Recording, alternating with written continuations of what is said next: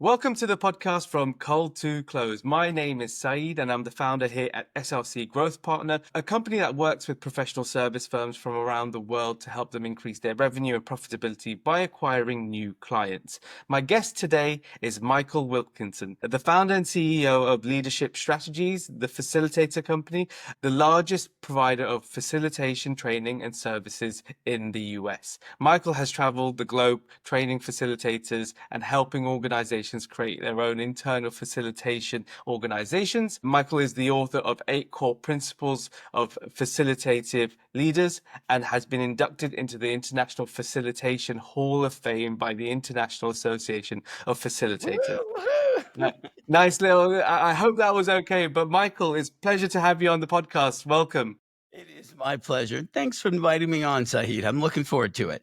No, my pleasure indeed. I'm looking forward to the conversation and some great accolades there, but I'm sure I haven't done it justice. So I guess the best place to start with any podcast is to understand who you are. And so I guess if you had some time, maybe you could share for our listeners and viewers here a brief background on your journey to where you are today and the current role you play in the business. Okay, let's play that game, my journey. Well, it's interesting. You know how in the dictionary, you can look up certain words and see someone's face because they're the epitome of that. If you were to look up affirmative action, Saeed, Yeah. you would see my face.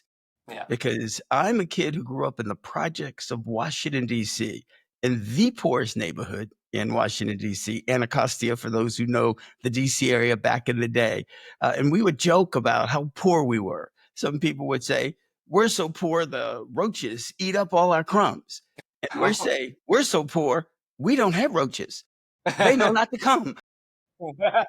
But when I was 12, got an amazing opportunity. I was back in the day when they had what were called paper boys here in the US, who basically delivered the papers to people's front door. And it was just a little business to raise money for this kid from the projects. Well, the Washington Post building, they were sponsoring interviews for their carriers. We interviewed with private schools. I mean, these creme de la creme schools, these boarding schools in New England, the Phillips Exeters and so on. And I ended up getting accepted into one of those boarding schools. So I went from the projects of DC to literally coat and tie to classes every day, graduating class of 50, only 50. Now, admittedly, I was the only black face in that class. And we had General Patton's grandson. You may not recognize these names, but the Loairs of Long Island. Wow. Their son, Paul Loair, was in the Stacks of Greenwich, Connecticut. I mean, these were some on our yearbook page. You know how you always have first to make a million? Yeah. We had, and this is no kid, already has a million. And there were 2 names on the list, right? Trust fund kids. It was amazing. And I did a study my senior year in high school that was correlating grades and test scores. And the controller gave me my whole senior class, all the grades and test scores, but stripped off the names for confidential reasons. But he left them in alphabetical order. So it wasn't too hard to find Wilkinson at the list. So to say my grade scores were lower than the class would be an understatement. My scores were so low, I clearly took someone's place. But I graduated 5th in the class. Yeah. So was it fair that I took someone's place? No, I don't think so. But was it fair that I hadn't had the opportunities that others had? And when I was given it, was able to. So I went on to an Ivy League school, up winning what's called the John G. Kennedy Prize in Computing. I was an IT person coming out of school, and I did great growing up as an IT person, from programming to design, to analysis, all the way up to planning for systems for major corporations. And then the thing happened that transferred me from planning for systems to planning for business. Well, all of a sudden, I got the business view, not just the systems view. A lot more fun, by the way, than playing with systems. But we started using this thing that is now known as facilitation, where we would, instead of interviewing people individually, we get groups of people together and interview them. And it was interesting because you could resolve issues there in the room. And people would get passionate, and we'd have to use skills to, hey, listen, let's focus. It's okay. Let's talk about the emotions, but let's get to, so therefore, what shall we do? Pretty good at this thing called facilitation. And so, and I thought everyone was good at it. It took me a while to realize, no, our creator in heaven had gifted me with certain skills to engage people. As someone said, Michael, you're the only person I know who can tell someone to shut up with a smile and they do it. And so it's kind of cool to That's be a able to great do that. compliment. In 1992, I got the call that changed my life, Saeed. I mean, it was this woman called from ITT Sheraton. She had been named the president of Meeting Professionals International, and they were looking for a facilitator to do a weekend retreat. And I had been doing retreats for my church, facilitating those for my associations I was a part of. And I said, sure, I'll be glad to do it. When is it? Yeah, I'm available, sure. And she said those words, Saeed, we will pay you. Oh, wow. Not I bad. could get paid for this. So did it. It was great. Got paid for it. 2 months later, she called me back again to facilitate something else on the weekend. 3 months later, again. It was November 15th, 1992. I was 18 months from becoming a partner at Ernst& Young. And I turned to them and said, I'm having way more fun on the weekends. And left and started Leadership Strategies, the facilitation company, world headquarters, our second bedroom. Yes, but we were going places.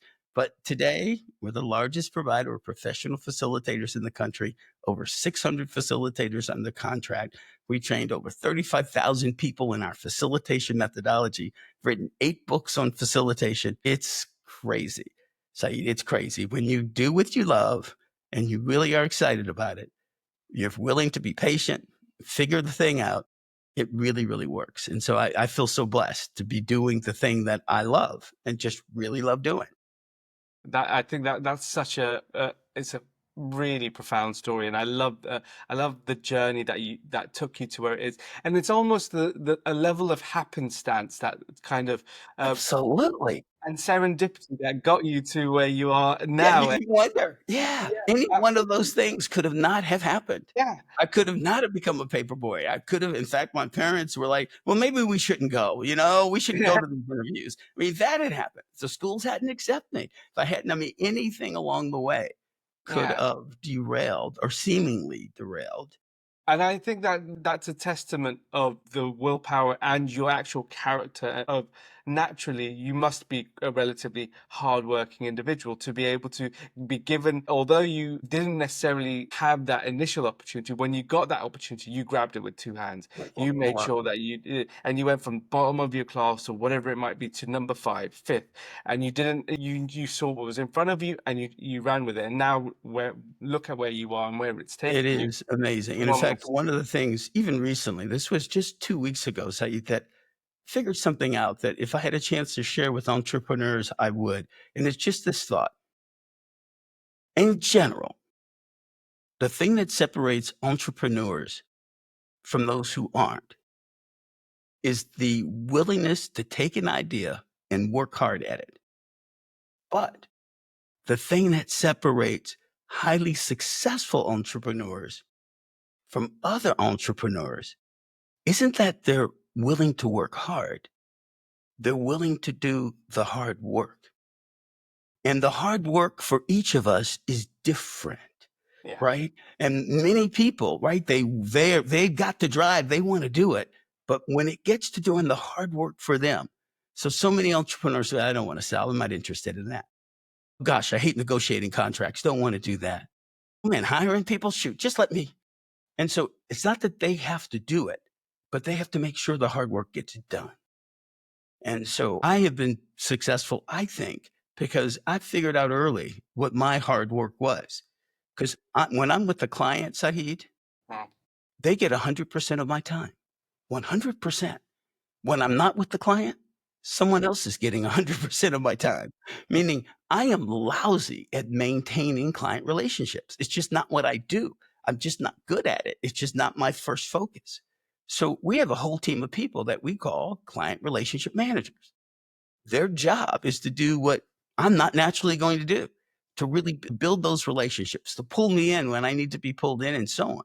So successful entrepreneurs not only do the hard work, not only do they work hard, but they do the hard work for them, or they figure out how to make sure it happens. Just a thought for your audience. I absolutely love that. I think that really is a great saying that I'm going to be taking away, because just leaning into my side, I see myself as having specific skills. Yes. But I was always the average person in school, right? I was never the most amazing or anything like that. But me personally, I always knew I was relatively good with people. I could be a bit more personable. I wasn't very technical, right?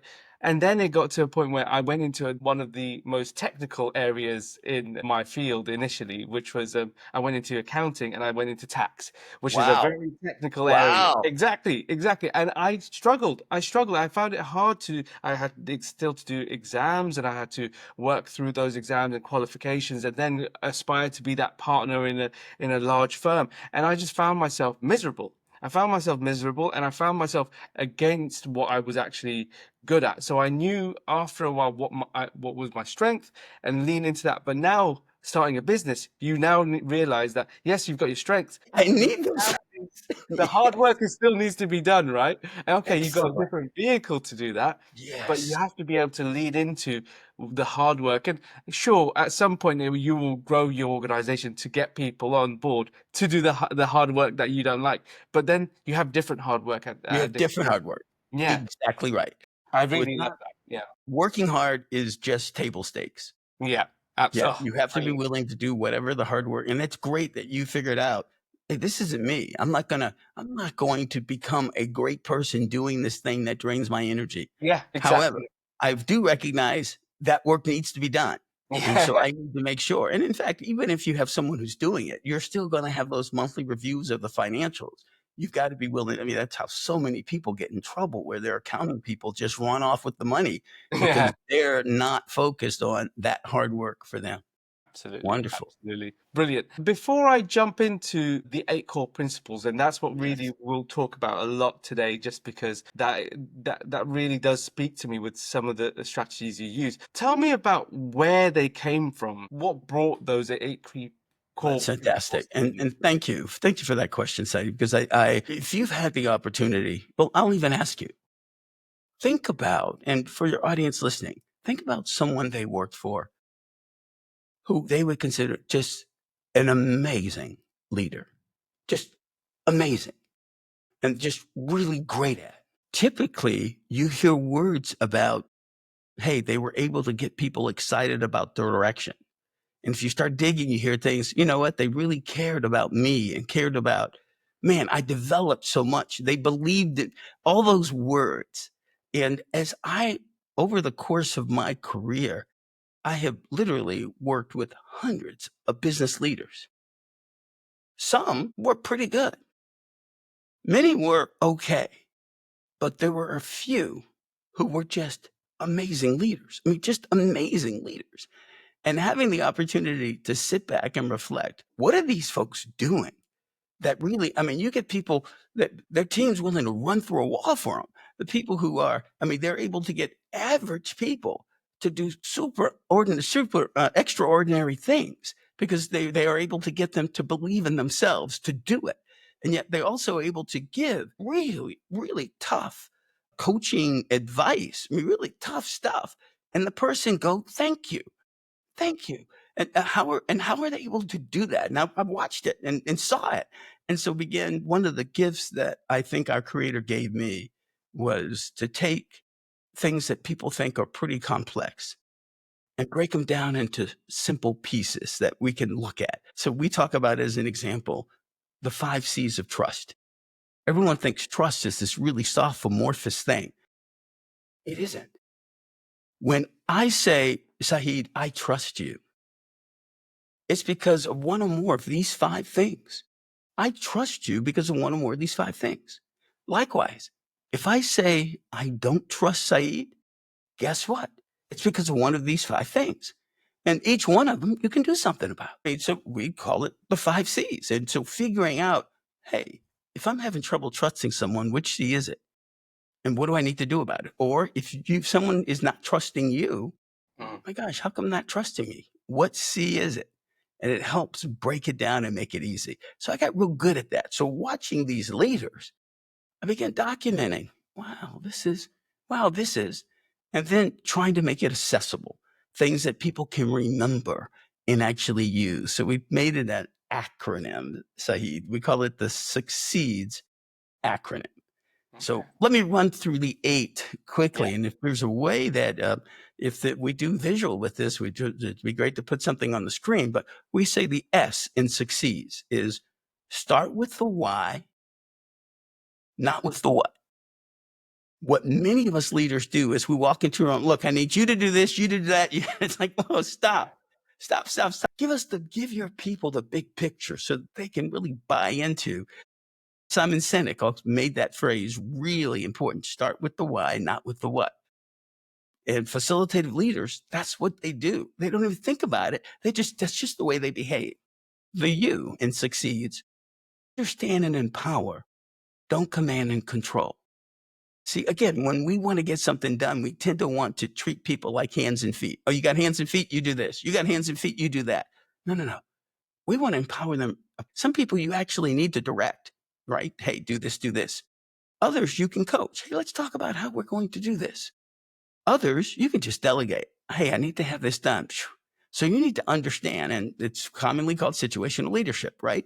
Really understanding and because you want to empower people to use their minds to really, because you're not there on the front lines. Mm. They are. And if you get them used to using their minds to make decisions, man, we had everybody moving at that level in the organization. And people feel so much better about themselves when they are creating. It's such cool. So start with the why, not with the what. Understand and empower, don't command and control. Let's go to the first C. This is a controversial one.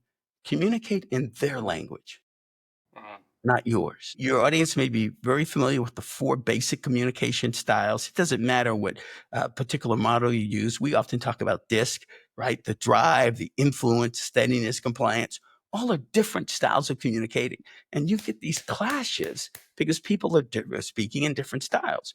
Somebody wants, hey, let's do this quick, the D's. Others, you know what, let's slow this down. Let's make sure we understand all the details. Let's make sure. And you get obvious clashes. Some want to push, others, hey, let's talk about the vision. Someone wants to get into it's just, we need to understand our people and understand how really empower them to be so much more successful and communicate in that way. The fourth one, so we start with the why, not with the what. Understand and empower, don't command and control. Communicate in their language, not theirs, not yours.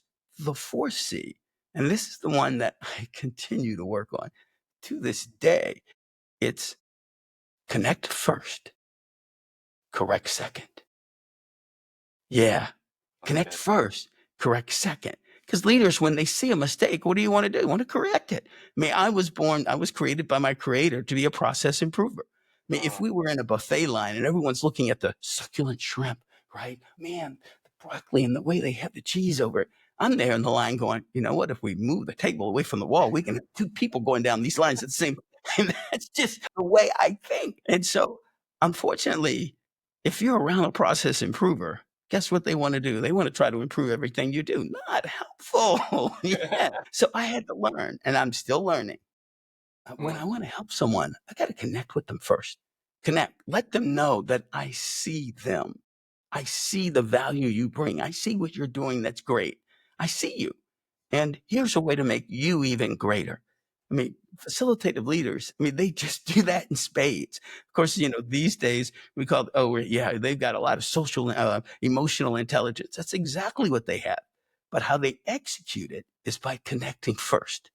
And if leaders can remember, okay, connect first, correct second, it makes a difference. Let's go into the E's. Equip for success, monitor for results. Many teams, wow, it's unfortunate. You've seen teams that failed, even through their best effort. Often it's because they were equipped poorly. They didn't have, we call it the 8 essentials of a team. They weren't given the 8 essentials. They were, in essence, destined to fail. And so we say you need to equip them for success and then monitor for the results every step of the way. The next E is another one, highly controversial. And I'll put it to you straight. We say engage conflict, encourage disagreement. And you may wonder, why in the world would you want to encourage disagreement? I feel like I'm Gecko from Wall Street. Greed is good, but disagreement is good. I mean, it really is. See, think about it. If a leader walks into the room and says, "Hey, everybody, look, been thinking about this problem. I think we should do this." Anybody have any problems with that? Nobody says anything. This is what you get. But if the leader walked in and said, "You know what? I've been thinking about this problem. And at this point, I think we may want to do this. Can we talk about this? What do you like about this? Cool. What would make this better? What would make it better?" Someone says, "Well, what about if we do this?" Okay, well, that's got some advantages. And somebody else says, "Well, this would be even better. Oh, how about this? Oh, yeah, and this. And how about this?" You end up with this much improvement as opposed to this. Why? Because the leader encouraged disagreement. What do you like about it? How can we make it better? Encouraging disagreement is a good thing because if you think effective collaboration is nothing more than a series of successful disagreements. Yeah, and you come up with better answers. But most people don't know how to deal with disagreements, so they try to avoid them. Look, I think we should do this. Any problem, anybody? Okay, good. Because they don't know. And we know there are only three reasons people disagree. Every disagreement in the entire world. I know it sounds crazy. There are only three. Only three. Every disagreement. That's the good news. Yeah. The bad news. If you have a level 3 disagreement, you try to solve it with level 1 techniques, you're going to fail.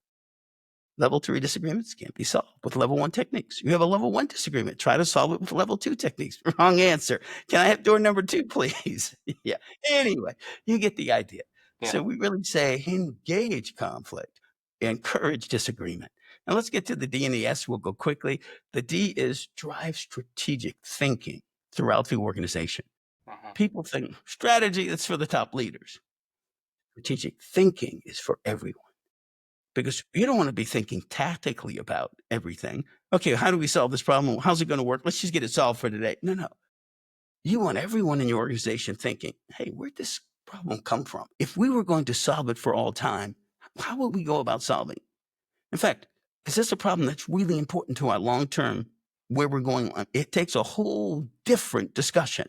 And the more people you can move into the strategic realm, as opposed to just focusing on the tactical, the better for the organization. And that you've been patient. Let's get to the S. The final S is, leaders spend, some of them, 60, 70% of their time in meetings. Meetings with groups, meetings one-on-one. That is the currency for leadership. And so leaders have to understand how to start, execute, and close every meeting masterfully. And that's our succeeds model, really in a nutshell. And I'm going to turn to you. Let me run through them again. I'd love to hear the one that you say, hey, this is the one you personally, Saeed, would want to get better at. You may already know. Go for it. I'll run through them again. I just as you were saying it, I was thinking about it, and I think the one that stood out to me was the engaging conflict aspect. Yes. Because that one, to me, it's not an easy thing, and I'm naturally a very agreeable person, right? I Yes. know what I want, and but when it comes to making the dynamics okay, I'm very agreeable in a certain dynamic, and then when it comes to my own business, I realize that that's an area that I have to focus on to be able to drive the business in the right way. So being agreeable isn't always Isn't beneficial, always the best right? answer. There Yeah, you go. exactly. So There you go. how do you, I think that principle of engaging conflict, engaging that Yes. disagreement, how do you develop that? How do you Excellent, excellent. Well, Yeah. let's take, if you wouldn't mind, let's take an example from your business or makeup one where here is someone has come to you with Mhm. an idea, right? Which you think is, yeah, subpar, right? And your natural thing would be to be Yeah. agreeable when you Mm. recognize. Can you give just an example of something that Yeah. might be? So it might be a process that we've developed, and it might be a change that they want. So an example might be one of our employees came over and saw that we had a process already divvied up, and they put forward an idea for the process to be slightly different, changed to a certain degree. In my mind, I saw it as it wouldn't make the process more efficient. It wasn't adding more value to the process. It wasn't doing anything specific to make the end product or whatever we're doing at the end easier to arrive at. However, I realized that they're in a position where they're doing that groundwork. They're following that process. So that I Yes. understand that they want to make it as easy as possible for themselves to be able to get through that process. So in my mind, I was like, oh, okay, that's fine. Let's follow what your gut is saying and let's go with that. But my gut was saying, well, we've been through this already We've been before, through this before. That's right. and That's right. it's not the right thing. But I wasn't able to in that moment, and it came out later on that Yes. the conversation still has to Bad happen. idea. You can't avoid that. The conversation comes out worse later on down the line, right? And so, yeah, so that's an example, I I'm guess. loving it. And Yeah. so this is fantastic. And so it is we call that a level 2 disagreement. Okay. A level 1 disagreement is about information. One has information, the other doesn't. And so they're arguing, even though they're really in agreement and don't know it. We call it violent agreement. And so all we solve is we just ask questions and level 1 disagreements in always the same way, with one or the other party saying something that sounds like this. Was that what you meant? There you go. Job's done when you hear those words, because it's really just about information, getting Yeah. the information on the table. Level 2 disagreements are different. They understand the information. They just have different values or different experiences that say they prefer one or over the other. That's a values disagreement, like you're hearing here, where he was valuing, hey, let's make it easy for me. You are Mm-hmm. valuing, let's make the entire process efficient, right? We have a values disagreement here. And so there you go. Level 3 disagreements are different from that. They're based on personality, history with one another, or they just don't like each other. You want to do something, Saeed? No. Answer's no. Why? Because it won't work. Why won't it work? Because it won't work. How come? He thought of it. It's not going to work. And we find out later, Saeed, that hey, when I was being hired by your company, everybody that I interviewed with loved me and wanted me to join, except for you. Since finding out you were the one dissenting vote, nothing you said I will possibly agree with. Of course, level 3 has nothing to do with the issue. So, right. And so you solve a level 3 by taking it to a higher source. That's different. Level 1s you solve by asking questions. Here, it's in your case, you have a level 2 disagreement, which is about values. So the key to level 2 disagreements are to isolate the values. Just as you did on reflection, you recognize what's important to him is not what's important to me. So how do you do it in the moment? In the moment, Yeah. you simply say, remember, connect first, correct second. You know what? Thank you. I mean, I really appreciate you giving lots of thought to this and thinking this through. I need your help, though. I want to just help me think through a few things. So we know with all of our processes, what's really important is we always want to make it easy for the customer. Because but unfortunately, when we make it easy for the customer, we often make it tough for us, right? But if we want to make it easy for us, all we have to do is make it tough for the customer. Yeah. But we choose not to do that. We say we put a high priority on keeping it easy for the customer and then make it as easy as we can for us, as long as we keep the customer in mind. So let's talk about this change. In terms of that model, what do you think in terms of, is it better for the customer or better for us? Cool. Okay. Well, maybe there's a way. So what's most valuable about what you're saying is this. Maybe, is there a way, and I asked you to think about it, is there a way we can do what you're wanting to do, but still keep it good for the customer? So give it some thought, come back. Love to hear about that. Brilliant. You see where it's going, Yeah. right? No. I mean, connect first, Yeah. correct second, give Yeah. them the way to make the decision. So now give them the vision and then let them do the work to Yeah. come up with. Fill, it, fill in So the. you're, because by the way, they may have a great idea. Yeah. They're thinking new about the Mm, process. They may bring something to the organization, but by equipping them for success so that they can think it through. You see how yeah. facilitative leaders do it. Brilliant. What it is I appreciate you. I see you. I understand what you're doing. I Yeah. understand the value you bring. Let me Yeah. just direct it a little bit to make it even better. I think that's really interesting, and that's some of the things that actually aligns with some of the things that we do in terms of when we train leaders in sales side of things. It's There you often go. Your dealing work. with objections is very similar in the sense that we always say you acknowledge the objection first, Exactly. and then you go from that. You work from that acknowledgement, and then you work from that. So that's really You interesting. see, you see the principle at Yeah, work. it's Connect first, Yeah. Correct second. The principle's right there in the work that Yeah. you're doing. I'm Yeah. just putting Absolutely. words to it. As I Yeah. said, that Fantastic. I love it. I love it. yeah. In terms of then the 8 principles specifically for you, which of the 8 principles are hardest for you? I Well, guess. Yeah. and you heard it, the connect first, and I'll share it by way of a story because it's just this is where I learned to connect first. I Hmm. just didn't have the words for it at the time. Sure. So this is how it happened to me, and I looked at it and said, "That's awful." So I was project managing my very first project, and it was remember I started out in IT, Saeed, so I was installing payroll system in 500 convenience stores across the Southeast. It was a 6-month project. I wanted that to be the best payroll system ever implemented in the history of man. I mean, because it was my first project management job. I was working until 8, 9, 10 o'clock every single night. I mean, I was busting my butt. Nearing the end of month one, the project sponsor, the CFO, comes into my office and he says, Michael, you're doing a terrible job. I was just talking to the controller. He's upset. He doesn't understand how this new payroll system is going to update the balance sheet accounts. Would you get on the stick? He walked out. Yeah. We call that seagull management. You fly in, make a lot of noise, dump on everybody, fly out. Now, Saeed, I've been truly upset only 4 times in my life. I was livid. This ungrateful so and so. Here I am, busting my butt on this project, and he's gonna. And the thing you may not know is update to the balance sheets are called an interface.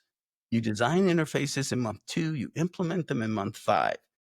We were at the end of month 1. We hadn't even gotten to it yet. And he was, anyway, 40 years later, I still get pissed every time I think about it. I can tell. Yeah. But imagine if he had come into my office and said, Michael, really appreciate all the work you put. I know you've been working late every night and it just really speaks to your character. I need you to do something for me though. I was talking to the controller. He's upset. He didn't understand how this new payroll system is going to update the balance sheet accounts.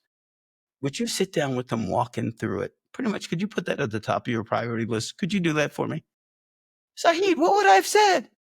Of course.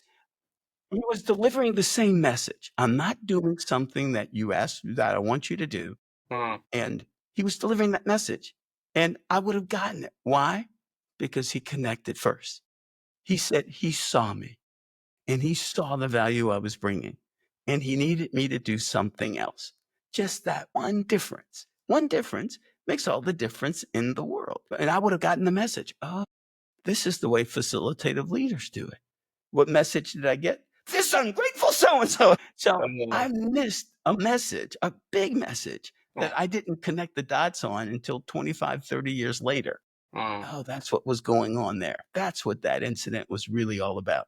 Yeah. But I could have gotten it right then. Could have learned it then. If he I had love it. just, it makes a difference. If you had a good Makes a leader. huge difference. Yeah, if you had a Yeah. good leader that It's, actually, yeah, no, that's it's a yeah. really profound way to think about it. Because, and I love the way you tell stories to demonstrate your points because that it really makes you understand. It hits home what you're trying to say. So that's it's really Well, it's so interesting. real. I mean, it Yeah, really is. I mean, sure. and I got to say, it really works. I mean, as you Yeah, think about one of the biggest learnings I had to learn as a CEO yeah, was that, and this may apply to your work as well. mhm, When someone comes to me with mm, an idea, I used to think the most important thing was that they walked away with an understanding of how I felt about their idea. mm, Absolutely wrong. I mean, I really did think isn't that what you're supposed to do as a leader? Tell yeah, people what you think. yeah, No, you're supposed to, as a leader, let them know that you see them. Let them know that you see them and encourage them to do the max that they can do. And when they're misdirected, redirect them. And so for me, I had to learn first to get to the point where I was willing to say, you know what? Let me tell you what I like about your idea. Give me a day to think about it and then get back to you on it so I can reflect on it. Man, they walk away feeling like before people said, Michael's so close minded. I give him an idea, he just shuts it down right away. Right. It's just, I didn't know that was the purpose was for me to tell them, they were coming to me with an idea. Don't they want to know what I think? yeah, Yeah. exactly. No, they want to feel valued. They want to feel valued. And it doesn't mean you do what they said. It means you take the time to value it. You take the time to reflect and then allow, or as we did in their first case, let them work on it by giving them some guidance and so that they can work on it. Yeah, no, absolutely, and it's a really interesting point because you're coming at the solution by allowing them to come at the solution by allowing them to see that you see them, right? And Yes. so when someone Yes. sees that you see them, it's like, okay, well, there's an acceptance there. I might not have the right answer right now, but I can go away. I will find Yes. that right answer, and I want to Yes. work for you because you've Yes. given me that level of understanding and acceptance to be able Yes. to, and trust to be able to go away and get Yes. that right answer, whatever that right answer is, or whatever the value-driven approach is. So I think that's a really interesting point. Yeah, no, absolutely. Michael, so this section of the podcast, what we do like to we call it the entrepreneur's room. So it's a set of Okay. questions that we ask all our guests just to get a flavor of the type of leader you are and also the types of different leaders we get on the podcast. And so Nice. just to understand a little bit more. So the first question I typically ask at this stage is, how are you currently spending your days as the leader of your business? Okay. I'm not sure your team's gonna like my answer. So, you know how they say when you do what you love, you Mhm. never work a day in your life? Yeah. That was so true for me. I mean, I'd wake up charged, ready to do the next thing. And I did that and had a great time with it. I remarried and actually, so I 2019 was the pivotal time with me where I met the woman who was going to become my second wife. And it was an amazing experience for me. But you fast forward 2 years and a phenomenal thing happened. I remember it was April 2021, Monday morning. For the first time in my life, Saeed, I didn't wanna go to work. I just wanted to stay home and just have a good time. It was like, where'd this come from?" What's So I happening? got my lousy carcass up and went to work. Next Monday, it was the same thing. And for the first time in my life, I realized, "Oh, this is why they call it work." Yeah. This is what most people feel. Oh my gosh. And 2 months later, I announced, so it was June 2021, that, at the end of 2021, I was gonna step down as well, I was going to move our VP of sales up to president. Mhm. He was going to run the leadership team. I would still be engaged with the company for a year, all of, 2022. And then in 2023, he would take over as CEO, and I would move into what's called preferment. So we don't call it retirement because retirement sounds like you're going to sleep. I call it preferment, where you get to do what you prefer to do. So since the end of 2022, I have been in preferment, only doing the things that I want to do. So it's last year worked on 3 small projects. That was it. I still attend board meetings of the company. I still advise, I still have one-on-ones with my, CEO, Mhm. but basically I am 100% out of the day-to-day of the business. Yeah, it's a different place to be, and I like that place. We've hit a bit of a bump because of, Google, a year and a half ago made major shifts in their algorithms that Mhm. had a major impact on our business. Mhm. And so I'm working with sales and marketing to really, make corrections or adjust our direction in Mhm. those areas so that we can still, because it basically our lead count was cut 50% overnight. Wow. Yeah, and we really our business is driven by our marketing resources, and Yeah. so it really has made a change to our business. But anyway, all that to say, yes, I'm in preferment now, doing only the things I prefer to do. I think that's really interesting what you said there because it's a different level of leadership, right? It's a different form of Yes, leadership because you're a leader by board, as a board member, as an that's right. advisor. You're no longer in that day to day, so it's a different level of leadership. But it's also you've got that attachment, so you have that. For example, what you said, the example of Google's algorithm coming and affecting the business immediately, right? Yes, And then you have that opportunity to still be able to advise the strategic side of things, right? absolutely. You still have control of that, so it's really interesting to. It makes it and control would be the wrong word. Yeah. Because Yeah. it really Yeah, when I of literally course, say, yeah. I Absolutely. have to ask permission of the CEO to Yes. sit in on a leadership team meeting, Sure, right? sure. It's like I mean, really is. And so as the owner, I'm still the owner of the Yeah. company. Really, I only make very high level decisions around, okay, what's the growth targets for this year? Where should we, what's the minimum profitability we're willing to accept? Yeah. But all the other decisions aren't mine. Operations and everything. Yeah. And I'd be missing the point, right? Not being a facilitative leader if Absolutely. I stepped in. It's Practice what like you preach. Practice what you practice preach. what we preach. I love it. But I do want to say, Saeed, so just so that people understand, to give over the keys, carte blanche, is called anarchy. Mm. What you really have to do is put in place guiding principles that say, hey, here's the way we operate. And as well, we have what we call the envelopes. Here's where, if this happens, Michael sits in on leadership team meetings. Mhm. If this happens, it means I need to take over the reins again. And that we have an understanding, this is what happens if. So it's decided up front. So we don't, so everybody is, because I have zero desire to get back into the day-to-day of the business. Yeah. So we have to make sure we keep those envelopes closed. Yeah, exactly. Having those parameters to be able to, it's like to come in, there's control parameters from your end to be able to Yes. manage as well as facilitate, I guess. So yeah, You got it. yeah, You love got it. it.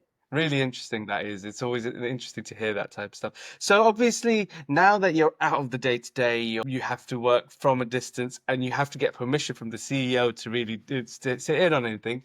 What are the most important metrics for your business? And that might be you Right. now, or it might be you when No, you were the CEO of the. it's real. And so when you think about metrics, many people often focus on really indicators that are behind the game, looking in the past. Hey, what's our revenue? What's our profitability? Once you get those numbers, one, it's already done. You're looking in the past to guide the business. Yeah. You really want to be looking in the future Uh-huh. to guide the business. And so as we think about our funnel of activity, Uh-huh. right? And we've got, our business is run by sales, marketing, facilitation, operations. So are only 4 departments. I mean, you got HR, but it's inside of operations. But sales, right, are selling stuff. Marketing are helping find things for sales to sales. Facilitation is doing the work and also have responsibility for the products. Operations are the back room doing all the stuff that happens to hold all that stuff together. So we have leading indicators in every area. So leading area of sales, of course, it's the pipeline. How big is the pipeline? And we want our pipeline to be 3 times our monthly sales volume. Yeah. Leads. Mhm. We know that we have 2 types of leads. We have inquiries, people who are just saying, "Oh, this looks interesting." And you really have hot leads, people who raise their hand and say, "I'm interested in hearing about this." Mhm. And so we know, and that's what happened with the Google thing. When Mhm. Google changed their algorithms, our hot leads cut in half literally overnight. Yeah. And that's a driver of our business. If we are selling, and literally our numbers are pretty good, we sell about 18% of our hot leads, right? So when that number gets cut in half, Huge. there you go. Unless we're now selling 36% of our hot leads, we're Mm. going to have trouble at some point down the road. So Mhm. you get the idea. So the things that we're looking at carefully, and then on the facilitation side, looking at resources, how many of our facilitators are certified in the courses that are selling, certified in the services like strategic planning and so on that are selling, and so on. And then operations has their own. Pretty much, we have to look at the past, but most of our indicators are forward leaning. Yeah, it makes sense. And I love the fact that you used leading indicators. I've had a few podcasts, and only 2 other podcasts that I've sat with have spoken about leading indicators and lagging indicators. Yeah, I the love the trailing one. fact that, yeah. So it's really interesting you've mentioned that. In terms of then the marketing side of things and the business development side of things, how are you currently growing your business? So you've obviously mentioned Google cut that, the It's algorithm change amazing. cut that lead source in half. So how are you currently growing the organization, and what other areas Okay. are you Now focusing this is going to get a little deep on the training side of the business. on? Yeah. So if you think about it, we have 3 major pieces to our business. Mhm. We facilitate strategy. We facilitate project planning meetings. We facilitate. So we are doing it. Mhm. Then we are training you to do it. Mhm. We train you to facilitate strategy. We train companies to be facilitators of this or that. And Mhm. then the third thing we do is we license our materials. Yeah. where you can train your own people instead of having us train your people. All cool stuff. Yeah. Well, in the training world, I Mhm. happen to, there's an association of training organizations. Mhm. And 10 years ago, I did a study of the companies of the year Mhm. for that association to try to figure out, and companies of the year typically have grown fairly fast. So Mhm. looked at 20 companies who had doubled their growth over a 5-year period at some point in their history and examining how did they do it. And we learned that there are basically 5 fundamental ways that training companies Mm. can accelerate their growth. Mhm. Some do it through marketing, Mhm. where it's really driving marketing. Others do it through thought leadership, Mhm. where it's really about podcasts and post and so on, writing books. Others do it through sales, Mhm. expanding their sales team, which is Mhm. cool. Others do it through products. Hey, we want to grow 20%. Let's add another product. And some do it through what we call operational excellence, way more detailed than we have time to go into. We had most companies who grow fast. While you have to be decent at all 5, Mhm. you usually lead with 1. Mhm. And we had been leading for decades through our marketing. And we recognize now that we've been working on the marketing thing for 18 months, trying to recover. We made some progress, but it's not going as fast as I would like. Mhm. So the team made the decision, okay, we're gonna put our foot on the pedal on the product side. Mhm. So actually we are releasing a new product April 1. Wow. Facilitation skills for project managers, Wow. focusing on that particular sector. And from there, assuming we are successful with getting a beachhead in that sector, then Mhm. we'll go from, of course, from project management to project leadership. Mhm. And then also, of course, for those consulting skills for project managers. So you get the idea. We're expanding Mhm. to that group. Mhm. If we're successful with that, we then expand to another group. Makes sense. HR, facilitation skills for HR professionals, Mhm. consulting skills for HR. You see where this is going. So Absolutely. we're trying to build at this point, a product driven strategy for growth. Absolutely. So we'll see where that goes. It's really interesting, actually, and I love the Yeah. way, yeah, those 5 types of selling that you mentioned there, but also the strategy that you brought in to go, okay, well, if we're not going to rely on one thing, we're going to go into a different direction here, and then we're going to try Yes. something new and develop that. So I think that's really interesting. Last question for the Yes. podcast, Michael, and I like to This end has it. been fun, Saeed. This has really been fun. I've really thoroughly enjoyed it as well. I thought it's great, some great insights. But the last question I typically like to end it with is, if you had a magic wand to solve one business problem, what would that be? Of course, it would be our Google Yeah, problem yeah, right now because yeah. we have been so spoiled, and our sales team has been so spoiled by Hmm. by what we've done. And so that would be the easy one Yeah. to answer. But the second one is when we get in a growth mode, as many companies get to, they recognize that their bottleneck is people Yeah. and finding great people. Yeah. We've been blessed. We have by being the findafacilitator.com network allows us to have access to lots of talent. Mm. So we're never short on the talent side, but we always are very careful about bringing in sales and marketing people who match our culture. Uh-huh. So it's not unusual for us to take 6 months to find the right person for Uh-huh. a position because we not only want skills, more importantly, we want a great culture fit. Yeah. So figuring out how to speed that up once we get back to our growth engine will be really important. Yeah. No, 100%. I couldn't agree more. Talent is the biggest bottleneck in most Yes. businesses. And I think Steve Bartlett says that his job isn't to run a business, it's to be the head recruiter of a business and recruit the best possible talent for the Yes. business to give it the best possible chance. And that's the role of Yes. a founder or a CEO. So I think that Yes, that indeed. aligns with a lot of what you said and a lot of what you said today. I think that's a great note to end it on. It's been an absolute pleasure, Michael. So Likewise. for our guests who want to know where they can find you, you do keynotes and you do other events. Where could our guests and Excellent. And you see my name there, Michael the Facilitator. yeah, And so sure enough, michaelthefacilitator.com will take you directly to me. And also you'll see links there for the company that I used to be the CEO for, yeah. leadstrat.com, leadership strategies, which Okay. is great. Fantastic. Well, Michael, it's been an absolute pleasure. Thank you for sharing your time and your insights. And I look forward to releasing the podcast and seeing you out there. Thank you. Appreciate it, sir, and look forward to it. And if we want to get together again, more than open to it. It's a And pleasure, Saeed. fantastic. Appreciate it, Michael. Bye now.